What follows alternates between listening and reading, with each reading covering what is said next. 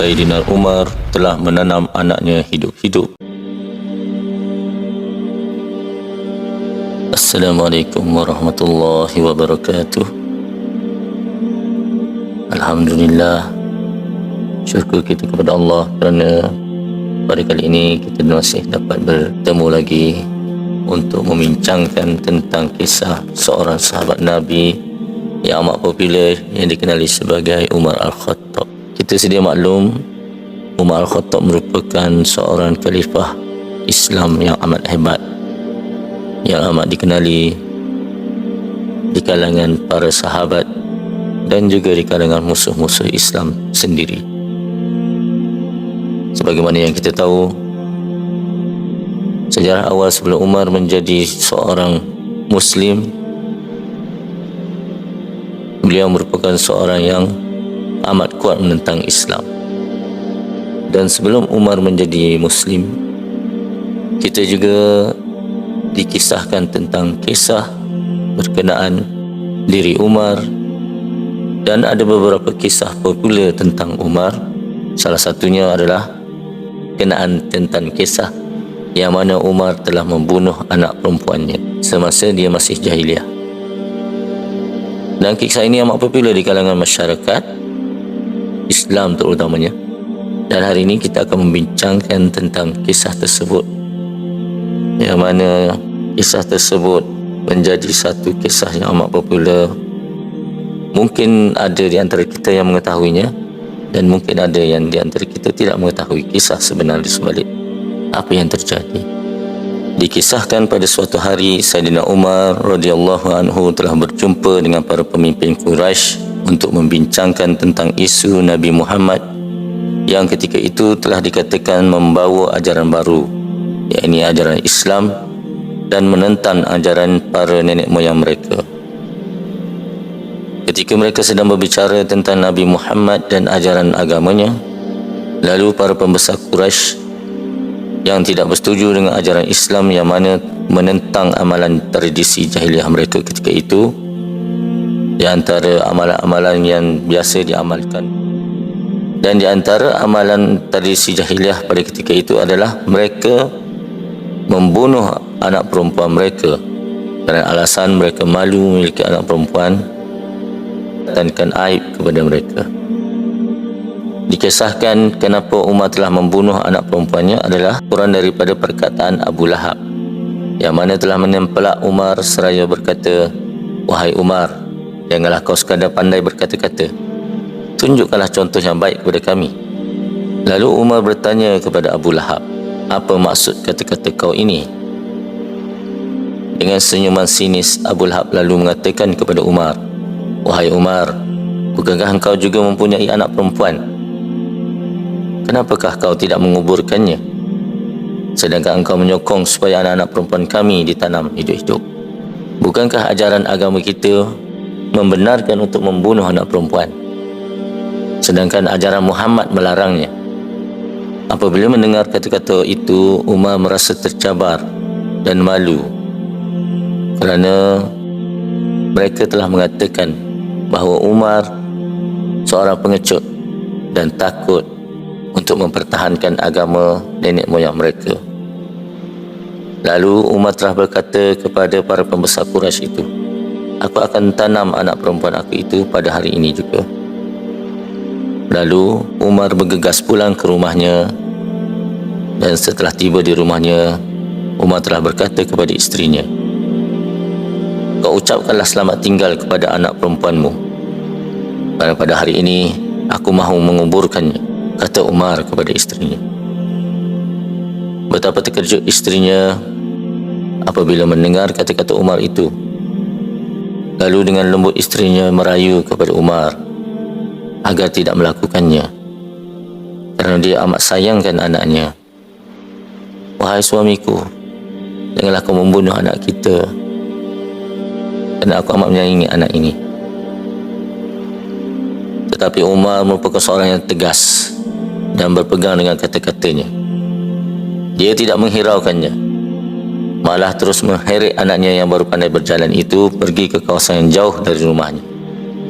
Dia ingin menunjukkan kepada orang ramai dan juga kepada pemimpin Quraisy bahawa dirinya masih berpegang kepada amalan nenek moyangnya yang menguburkan anak perempuan mereka hidup-hidup. Dikisahkan ketika Umar sedang menggali lubang, debu-debu pasir telah terkena pada jubahnya. Lalu anak perempuannya yang masih kecil itu telah datang dan dengan penuh kasih sayang menyapu debu-debu yang terkena pada baju ayahnya itu. Setelah lubang siap digali, Umar lalu berhenti berehat seketika bagi melepaskan penat. Anak perempuannya lalu datang kepada Umar, lalu menyapu lembut ke wajah dan janggut ayahnya. Dengan penuh kasih sayang, dia memandang ayahnya. Di saat itu terdetik di hati Umar rasa kasihan. Namun apabila mengenakan ego serta kejahilan yang telah menguasai fikirannya, dan juga rasa malu terhadap para pemimpin Quraisy yang telah mencabarnya, lalu Umar telah bertekad untuk tetap menguburkan anaknya itu demi maruahnya. Dan dikatakan Umar lalu mengambil anak perempuannya dan menghumbangkannya ke dalam lubang yang baru digalinya tadi. Lalu tanpa belas kasihan, Umar telah menguburkannya. Dan kelihatan anaknya meraung-raung memanggil-manggil bapanya. Namun Umar dengan hati yang keras telah menguburkan anaknya hidup-hidup. Orang ramai termasuk Abu Lahab dan Abu Jahal yang melihat keadaan itu bertepuk tangan apabila melihat kejadian tersebut sambil memuji-muji perbuatan Umar. Namun pujian itu tidak mengembirakan hati Umar. Walaupun dia telah melakukan apa yang dikatakan oleh para pembesar Quraisy itu sebagai amalan para nenek moyangnya, namun terdetik di hati Umar perasaan yang tidak mengembirakan. Setelah selesai menguburkan anak perempuannya itu, Umar pun berjalan pulang ke rumahnya. Sepanjang perjalanan pulang ke rumahnya, hati Umar tidak berasa tenang kerana terbayang di fikirannya wajah anaknya yang comel itu, dan terbayang keadaan di waktu dia sedang menggali lubang dan melihat keletahan anaknya itu mulai terbayang-bayang di ruangan matanya. Sebab saja tiba di rumah, Umar terus mengasingkan dirinya. Umar menangis kerana mengenangkan anaknya yang telah dikuburkannya. Sepanjang malam itu, Umar tidak dapat melelapkan mata mengenangkan anaknya yang telah dikuburkannya. Mengenangkan situasi yang berlaku, melihat anaknya memanggil-manggilnya, Umar merasa amat sedih. Kisah ini merupakan kisah yang masyhur di kalangan masyarakat Islam. Namun tahukah wahai saudaraku dan saudariku sekalian, sesungguhnya kisah ini adalah kisah palsu dan tidak terdapat dalam mana-mana karya ulama dan sarjana Islam yang muktabar tentang kisah Sayyidina Umar menguburkan anaknya ini. Kita boleh merujuk dari hadis Nu'man bin Bashir radhiyallahu anhu seperti mana berikut. Daripada Umar bin Al-Khattab radhiyallahu anhu, beliau telah ditanya berkenaan dengan firman Allah Subhanahu wa taala, dan apabila bayi-bayi perempuan yang dikubur hidup-hidup ditanya, apakah dosa yang menyebabkan mereka dibunuh? Surah Al-Takwir ayat 8 dan 9. Sayyidina Umar bin Al-Khattab menjawab, telah datang Qais bin Ashim kepada Rasulullah sallallahu alaihi wasallam seraya berkata, wahai Rasulullah sallallahu alaihi wasallam, sesungguhnya aku pernah menguburkan hidup-hidup anak perempuanku pada zaman jahiliyah. Maka Nabi Muhammad sallallahu alaihi wasallam menyatakan, merdekakanlah seorang hamba untuk setiap anak-anak perempuan yang kamu kuburkan hidup-hidup sebagai kifarah dosa kamu. Qais bin Ashim menjawab, aku memiliki unta. Lalu Nabi SAW menjawab, jikalau kamu mahu, bersedekahlah dengan menyembelih seekor unta untuk setiap anak perempuan yang kamu kuburkan hidup-hidup. Musnad Al-Bazar ayat 1 dan Majma' Al-Zawaid. Iman Haytami berkata, para perawi Al-Bazar adalah yang berada dalam kitab Al-Sahih kecuali Husain bin Mahdi Al-Aili, tapi beliau seorang yang siqah.